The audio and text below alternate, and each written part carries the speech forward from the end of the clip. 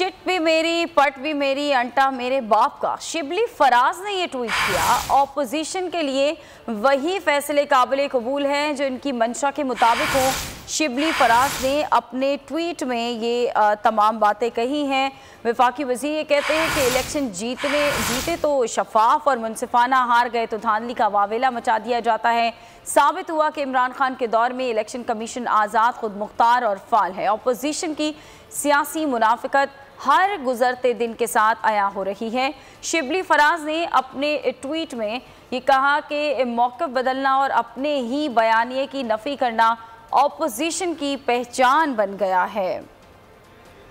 वफाकी वज़ीर शिबली फराज ने ट्वीट किया और कहा कि चिट भी मेरी, पट भी मेरी, अंटा मेरे बाप का। ऑपोजिशन के लिए वही फैसले काबिल कबूल हैं जो उनकी मंशा के मुताबिक हों। इलेक्शन जीते तो शफाफ और मुनसिफाना, अगर हार गए तो धांधली का वावेला मचा दिया जाता है। साबित हुआ है कि इमरान खान के दौर में इलेक्शन कमीशन आज़ाद, खुद मुख्तार और फाल है। ऑपोजिशन की सियासी मुनाफिकत हर गुजरते दिन के साथ आया हो रही है।